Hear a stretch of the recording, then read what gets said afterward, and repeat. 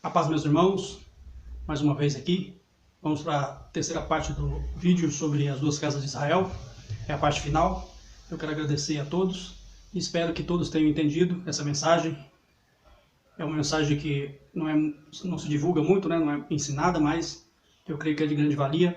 Eu creio que é fundamental, na verdade, para que a gente tenha um melhor entendimento de toda a Escritura e da gloriosa obra do Senhor Jesus, que é a unificação das duas casas, ou seja, a consolidação do reino do Senhor Jesus, que está por vir. Então, quem entende esse mistério das duas casas, compreende a missão, né, que o Senhor cumpriu aqui na terra, né, e a sua bendita graça que Ele nos trouxe, né?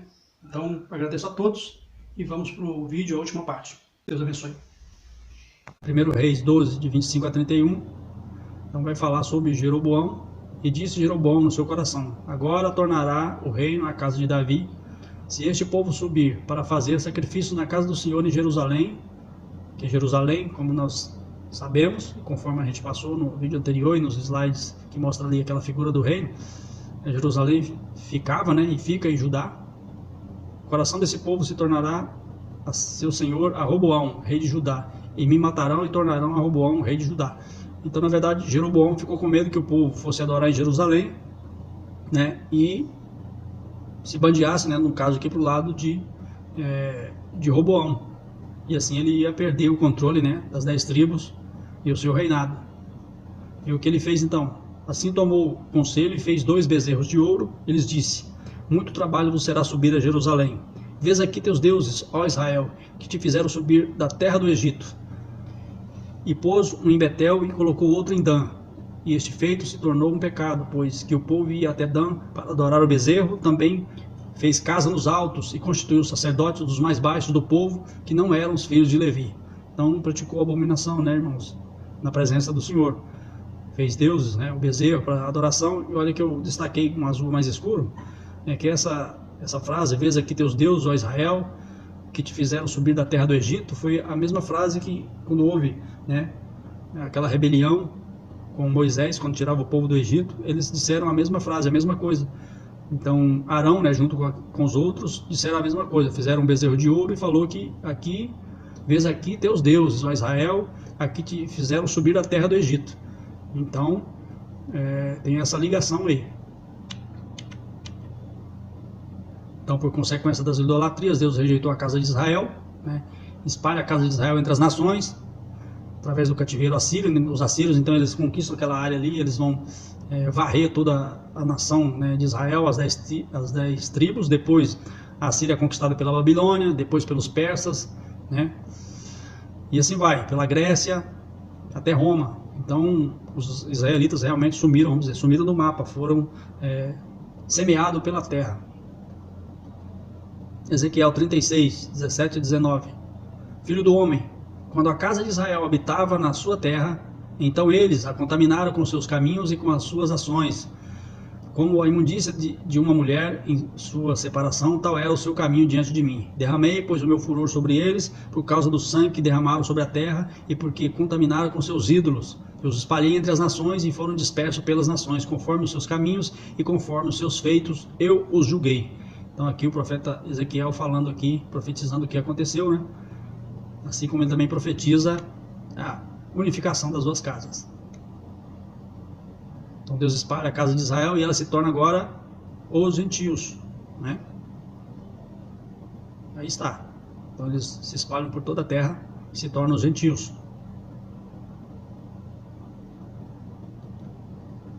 Então, quando Deus rejeita Israel, ele faz uma promessa, né, que esse reino voltaria a se congregar e tornar um só com os judeus. Esse é o principal aqui do nosso estudo, que estamos examinando, né, que é as duas casas de Israel. E voltariam a ter a identidade de Israel. Essas 10 tribos Deus vai chamar de Efraim, por causa lá de Efraim, o filho, né, de José, que foi adotado por Israel, por Jacó. Então, depois da divisão do reino.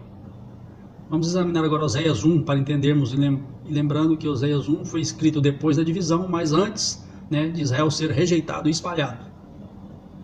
Oséias 1, 2 a 4, quando o Senhor falou no princípio por Oséias, disse o Senhor a Oséias: vai, toma por esposa uma mulher de prostituições e filhos de prostituição, porque a terra se prostituiu, apartando-se do Senhor.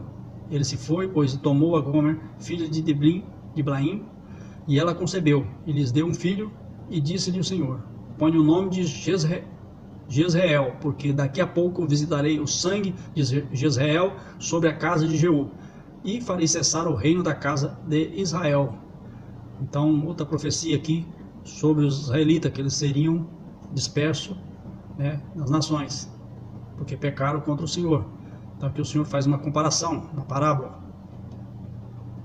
Deus manda Oséia ter relações com uma prostituta. Nesse contexto, como falei, representa Deus, e a prostituta é a figura de Israel, né? Porque havia se corrompido, se prostituído com outros deuses, né? O resultado disso é Jezreel, que no hebraico é Deus semeia. Olha só, porque Deus iria cessar essa nação e espalhar entre as nações, mas ele semearia. E o que significa esse semear? Oséias 1, 6 e 7. Tomou ele a conceber e tornou ela a conceber e deu à luz uma filha.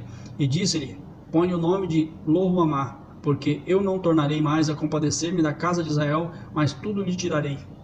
Mas da casa de Judá me compadecerei, e os salvarei pelo Senhor seu Deus, pois não os salvarei pelo arco, nem pela espada, nem pela guerra, nem pelos cavalos, nem pelos cavaleiros. Como já falamos, o Senhor então poupou Judá, porque tinha uma promessa, né, de Deus ali na linhagem dos judeus, né, ali do Reino do Sul, né, o leão da tribo de Judá.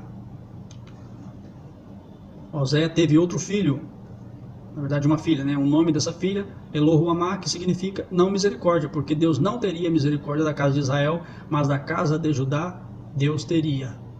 Então a gente já viu sobre isso. Oséias 1, 8, 9. E depois de haver desmamado, Lo-ruhamá concebeu e deu à luz um filho, e disse-lhe: põe-lhe o nome de Lo-ammi, porque vós não sois meu povo, nem eu serei vosso Deus. Então veja que a mão do Senhor pesou, né, sobre Israel, sobre as 10 tribos, por causa das suas abominações. Então Lo-ammi significa não meu povo. Então Israel não seria mais povo de Deus. E isso acabou aqui? Não, vamos continuar. Oséias 1, 10, 11. Todavia, o número dos filhos de Israel será como a areia do mar, que não pode medir-se nem contar-se. E acontecerá que no lugar onde lhes dizia: vós não sois meu povo, se lhes dirá: vós sois filhos do Deus vivo.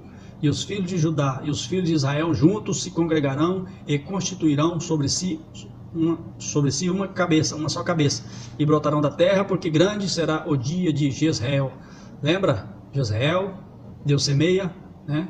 Brotarão da terra. Vamos analisar cada ponto dessa profecia de Oséias.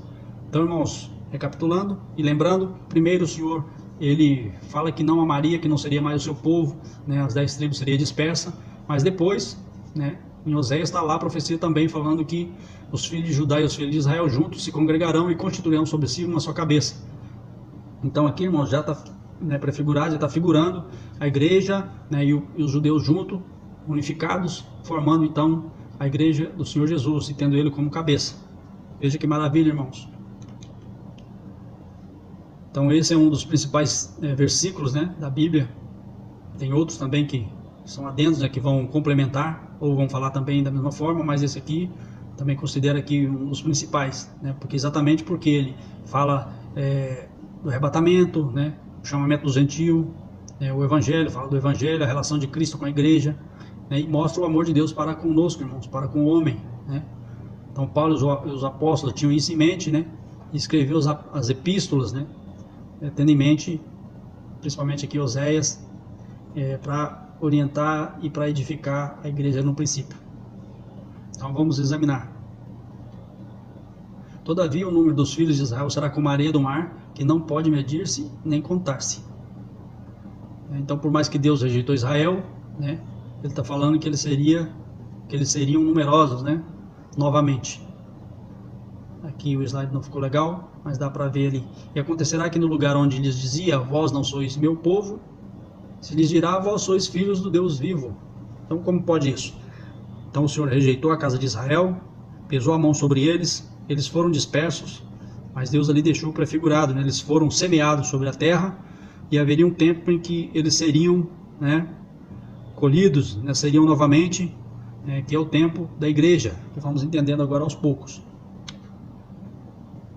Então a promessa de restauração, Deus iria restaurar as 10 tribos, né, espalhadas.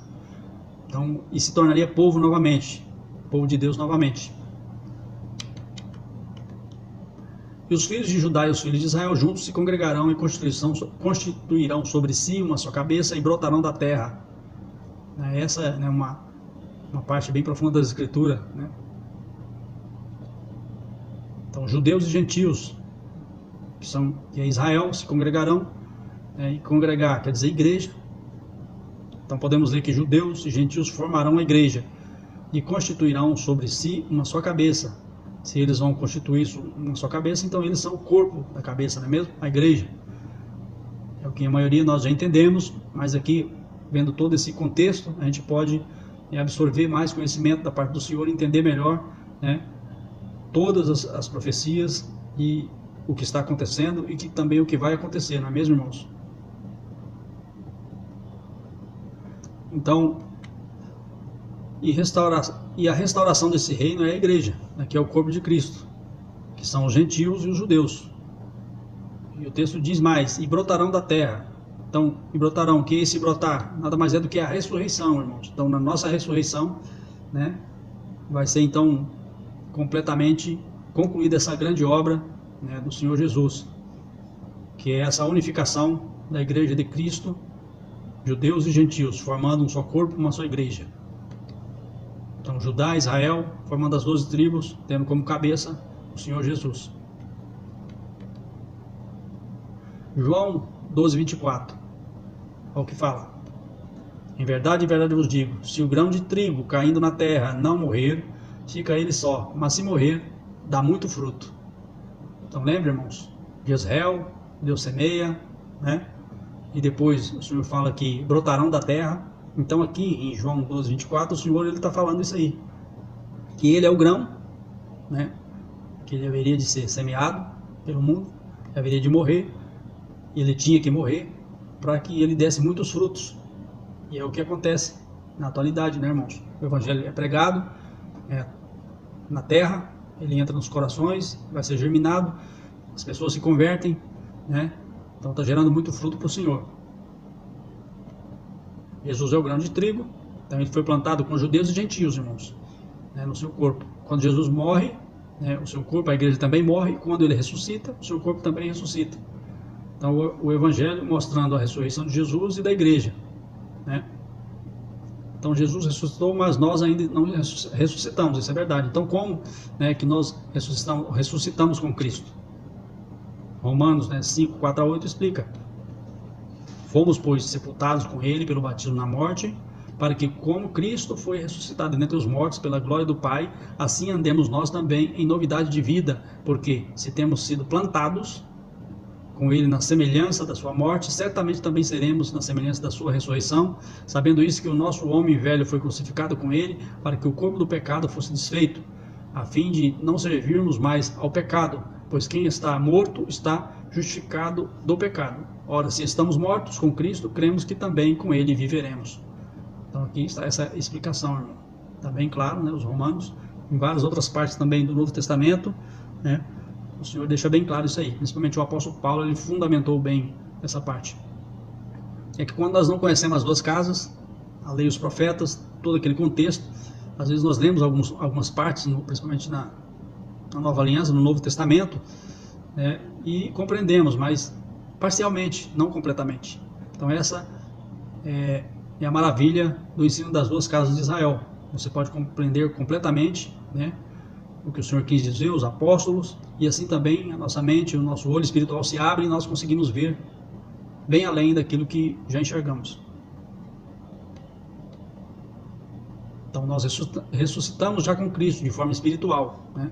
Nossa vida está com Cristo em seu corpo, que já ressuscitou, mas quando seremos ressuscitados da forma literal, né, e manifesta com nossos corpos. Então Colossenses fala também: se pois fostes ressuscitados juntamente com Cristo, buscai as coisas que são de cima, onde Cristo está sentado à destra de Deus.